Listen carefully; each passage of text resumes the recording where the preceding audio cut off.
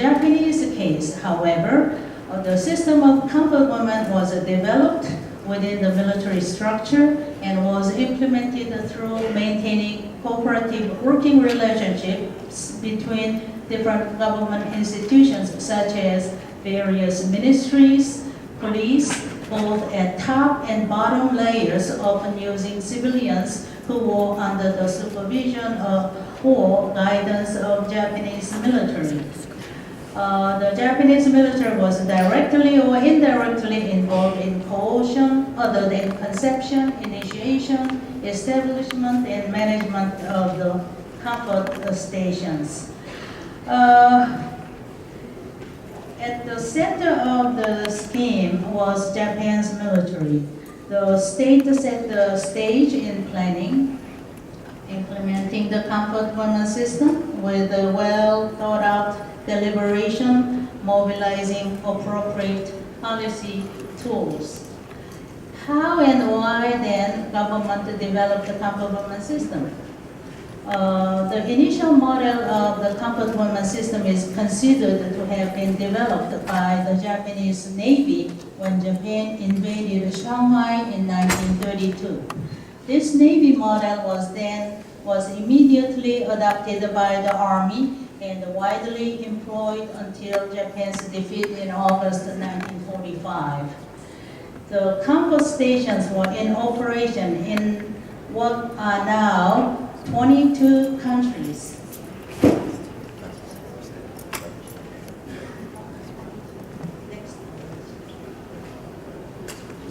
Most of them were clustered around China, but also stretched to Hong Kong, Taiwan, and so forth. You see the map.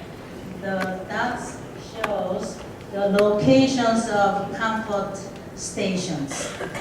It was compiled by a Japanese women's NGO, and then I got it from a Korean book.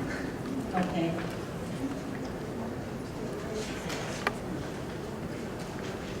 We have very little space in this paper. It's not a speaker-friendly paper at all. Then, why did Japan create those comfort stations? There were many specific goals. One, rape prevention of local women. As you see, the historical evidence is the comfort women stations were mushrooming right after the so-called Nanking massacre. Majority of Korean women who were taken out of Korea said that the timing of their departure from Korea was between 1937 and 38. The Nanking incident, the massacre occurred in 1937. Okay? So the prevention of local Chinese women was primary motivation. In other words, Korean women as Japan's colonial subject were substitute of Chinese women, substitutes for Chinese women in war zones. But at the same time, by taking large number of Korean women to war zones, Japanese women at home were also protected because then they can continue their traditional roles as a mother and wives. That's my view. Okay. The second reason of the establishment of the comfort women was prevention and control of sexually transmitted venereal disease. In war times, there are a lot of soldiers sick of this kind of disease. So Japan suffered the same problems, so they wanted to prevent that. Third, raising military morale and supporting military imperialism.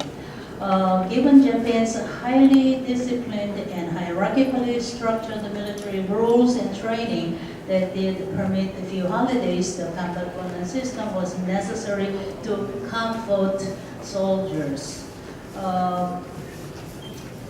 Okay, Hwang Bum-ju, one of the Korean survivors, testified that when she refused to perform what the soldiers wanted, she would be yelled at. This is the emperor's order, the military's order, and my order that you should obey. It was a very powerful testimony. And in addition to these kind of raising military morale and supporting military imperialism, there was a security reasons by having a designated areas exclusively for Japanese military soldiers. Then there was some, protection from the potential spy activities. And comfort women were even used as tools for reinforcing Japanese militarism. Condoms, for example, distributed by the military at the comfort station had an inscription, attack number 1. It was wartime, so it makes sense.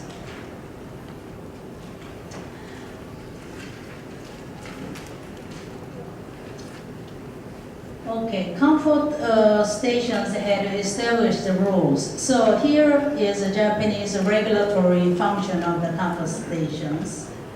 Comfort stations would say that the use of condom, the time limits of service time for soldiers is 30 minutes or so. Overnight stay permits for officers only, etc. And also, in terms of payment, the Japanese military charged the soldiers a fee for the comfort stations services, although the majority of former comfort women from Korea testified that they received no payment whatsoever. Even though, however, a minor number of Korean women did receive money, it was in the form of military currency or ticket, which became useless when the war ended. Those who received the cash also experienced great losses as a result of Japan's high post-war inflation rate and the currency reforms. Work environment, a miserable and oppressive atmosphere. That's what comfort women victims of Japan's occupied countries felt. Forced abortions, brutal physical punishment were common occurrences. Forced adoptions were also observed when comfort women got pregnant. Another area to look at is comfort women's health checkup. There has been a regular health checkups by military medical doctors, and personal hygiene was emphasized at comfort stations. Those who had a sexually transmitted disease were not allowed to work. Korean comfort women survivors testified that they were forced to get on a regular basis, the 606 shot, an antibiotic containing mercury, also apparently to prevent pregnancy. In the event of comfort women attempt any escape, merciless punishment in front of other comfort women followed to make examples. Okay, what about the roles of government in the recruitment, the Japanese government? There is a very, very interesting quotation. It's against the Korean women during the colonial era. It says, when preparing for the special maneuvers against the Russian troops, the Kwantung Army said to have attempted to round up 20,000 Korean comfort women. It appealed to the government general of Korea, and eventually 8,000 Korean women are said to have been rounded up and sent to northeastern part of China to serve soldiers. So this was such a remarkable case that you may find interesting. Okay, and when it comes to the management of comfort stations, there were different types of comfort stations. One was brothels under military's direct operation. Second type was brothels managed by civilians approved through the military's selection and license system. And third one was existing civilian sector brothels operated under the military's control and supervision. Among these, the second type of operation seems to have been the most common, and Korean victims' testimony refers most frequently to this type. Okay, how were then comfort women supplied to these brothels? Women in the occupied countries were drawn into the system not by their choice. Studies indicate forcible abduction by the Japanese army, recruitment by local village leaders under coercive and atmosphere, trafficking agent by deceit or deception, such as a false promise of good jobs or schooling opportunities were the main tools. Some Taiwanese victims testified that they were working at the local bars before they were taken, but it was against their will and they resented their forced slavery. Okay, I tried to show a little bit of the state role in the comfort women management and the system. However, there are also other areas that we needed to work on.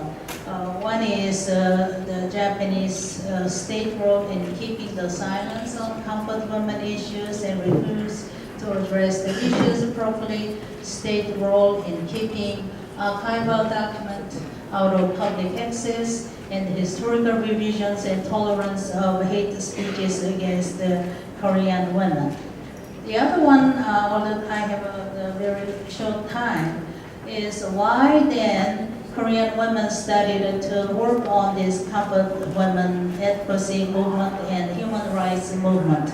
It was in 1991 that a Korean comfort woman survivor, Kim Hak-soon, testified for the first time in a public area that she was the comfort woman victim. And then after that, there has been a kind of a floodgate, and over 200 some Korean comfort woman victims testified, and out of over 200 now, only 51 is still living because of their old age. And then the question is, why then Korean has become such a vocal voices in comfort women, human rights movement, and also receiving criticism from Japan's right-wing people. One thing that I found very important is because in Korea there